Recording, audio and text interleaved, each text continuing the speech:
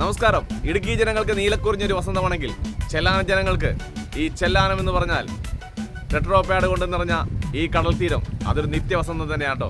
അതിൻ്റെ കാണാപ്പുറ കാഴ്ചകളിലേക്ക് നിങ്ങൾക്ക് സ്വാഗതം. കിൻഡൽ കണക്കിന് ഭാരമുള്ള വെള്ള നിറത്തിലുള്ള 4 കാലുകളുള്ള ടെട്രോപോഡുകളാണ് ചെല്ലാനം കടൽ തീരത്ത് നിരത്തി വച്ചിരിക്കുന്നത്. ഭൂമിയിൽ നിന്നും ഏകദേശം 4 മീറ്റർ ഉയരത്തിൽ കല്ലുകൾ പാകി അതിനു പിന്നിൽ ടെട്രോപോഡുകൾ നിരത്തിയാണ് കടൽ തീരം പുതിയ രീതിയിൽ പണിതീർത്തിരിക്കുന്നത്. അതിനോടൊപ്പം 6 പുലിമുട്ടുകളും ഇവിടെ തയ്യാറാക്കി കഴിഞ്ഞിരിക്കുന്നു.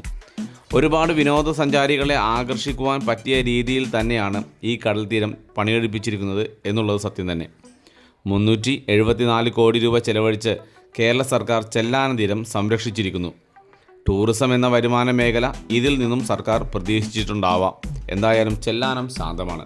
ഒരുപാട് കോലാഹലങ്ങൾക്കിടയിൽ കിട്ടുന്ന ശാന്തത അത് സ്ഥിരമാണ്. ഞങ്ങൾ അതിൽ സന്തോഷിക്കുക തന്നെ ചെയ്യുന്നു. 2017 ഓഗി തിരമാലകൾ കേരളം മുഴുവൻ വിഴുങ്ങിയപ്പോൾ ആദ്യം തിരമാലകൾ അടിച്ചത് ചെല്ലാനം ഗ്രാമപ്രദേശത്തായിരുന്നു.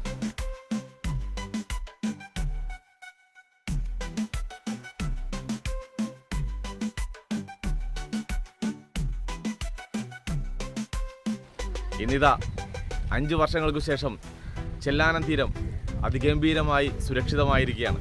അതിൻ്റെ വിശദമായ കാഴ്ചകളാണ് നിങ്ങളിപ്പോൾ കണ്ടുകൊണ്ടിരിക്കുന്നത്. കാരണം വെള്ള നിറത്താൽ ടെട്രോ പാഡുകൾ നിരത്തി വെച്ച് ചെല്ലാനം കടലോരം ഏകദേശം 7.5 കിലോമീറ്ററോളം സുരക്ഷിതമായി കഴിഞ്ഞിരിക്കുകയാണ്. അതിൻ്റെ വിശദമായ കാഴ്ചകളാണ് നിങ്ങളിപ്പോൾ കണ്ടുകൊണ്ടിരിക്കുന്നത്.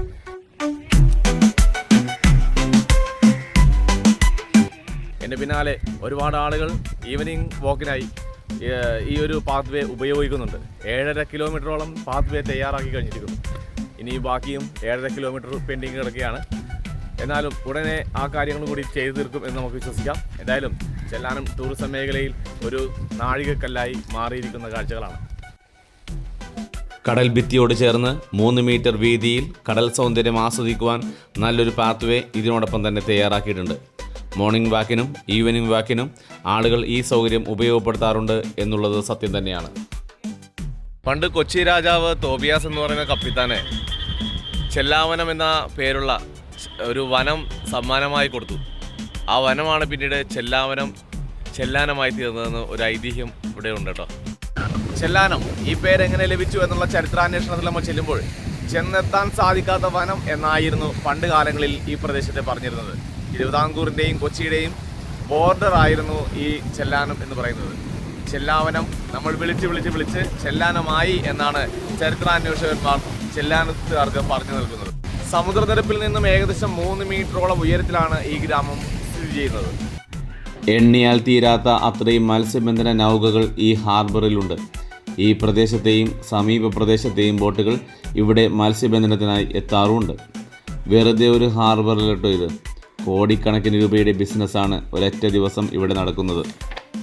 ചെറുകിട വ്യാപാരികൾ മുതൽ വൻകിട വ്യാപാരികൾ വരെ ഇവിടെ ബിസിനസ്സിനായി എത്തുന്നു. കേരളത്തിൻ്റെ പല ജില്ലയിലേക്കും ഇവിടെ നിന്നും മത്സ്യങ്ങൾ കയറ്റി വിടാറുമുണ്ട്.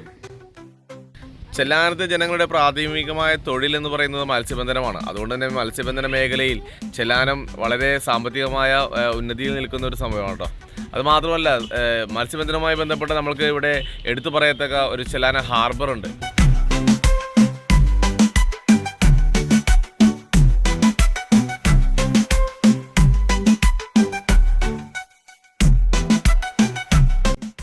മത്സ്യബന്ധന ടൂറിസം ഗ്രാമമായി ഇനി ചെല്ലാനം മാറാൻ പോവുകയാണ്. അത്രയും മനോഹരമായി മാറിയിരിക്കുകയാണ് ചെല്ലാനം. ചെല്ലാനത്തെ മത്സ്യത്തൊഴിലാളികൾക്ക് എടുത്തു പറയത്തക്ക ഒരു കാര്യമാണ് ചെല്ലാനം ഹാർബർ എന്ന് പറയുന്നത്. ചെല്ലാനം ഹാർബർ കാണാൻ വരുമ്പോൾ വളരെ മനോഹരമാണ് കേട്ടോ. രാവിലെ 7 മണി മുതൽ നമുക്ക് അവിടെ ചെന്ന് കഴിഞ്ഞാൽ കാണാൻ അതിമനോഹരമായ കുറേ കാഴ്ചകളുണ്ട്. അതുമാത്രമല്ല, ചെല്ലാനം ഹാർബർ കാണാൻ വരുമ്പോൾ ഏകദേശം കടലിലേക്ക് 1.5 കിലോമീറ്ററോളം നീണ്ടു കിടക്കുന്ന ഒരു പുലിമുട്ട്, അത് ശരിക്കും പറഞ്ഞാൽ ഒരു റാ പോലെ കണക്കെ കടലിലേക്ക് നീണ്ടു കിടക്കുന്ന ഒരു പുലിമുട്ടുണ്ട്. അതിലേക്ക് നമുക്ക് കയറി ചെല്ലാവുന്നേ ഉള്ളൂ.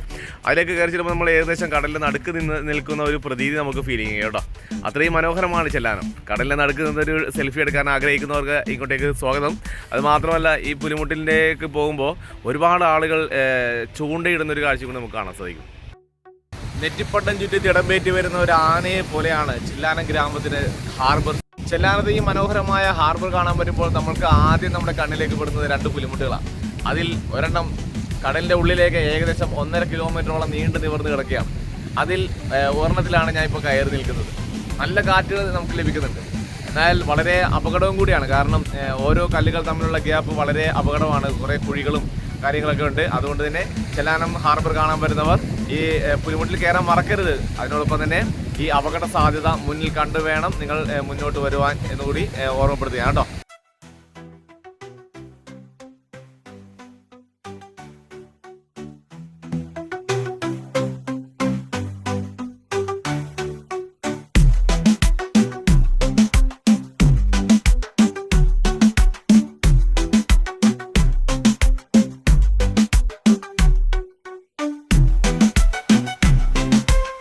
കേരളത്തിൻ്റെ തെക്കേറ്റം മുതൽ വടക്കേറ്റം വരെയുള്ള ജില്ലകളിലുള്ള ഒരുപാട് ആളുകൾ ഈ പുലിമുട്ടിൽ ചൂണ്ടിടാൻ വരികയും വലിയ വലിയ മത്സ്യങ്ങൾ അവർക്ക് ലഭിക്കുകയും ചെയ്യുന്നുണ്ട്.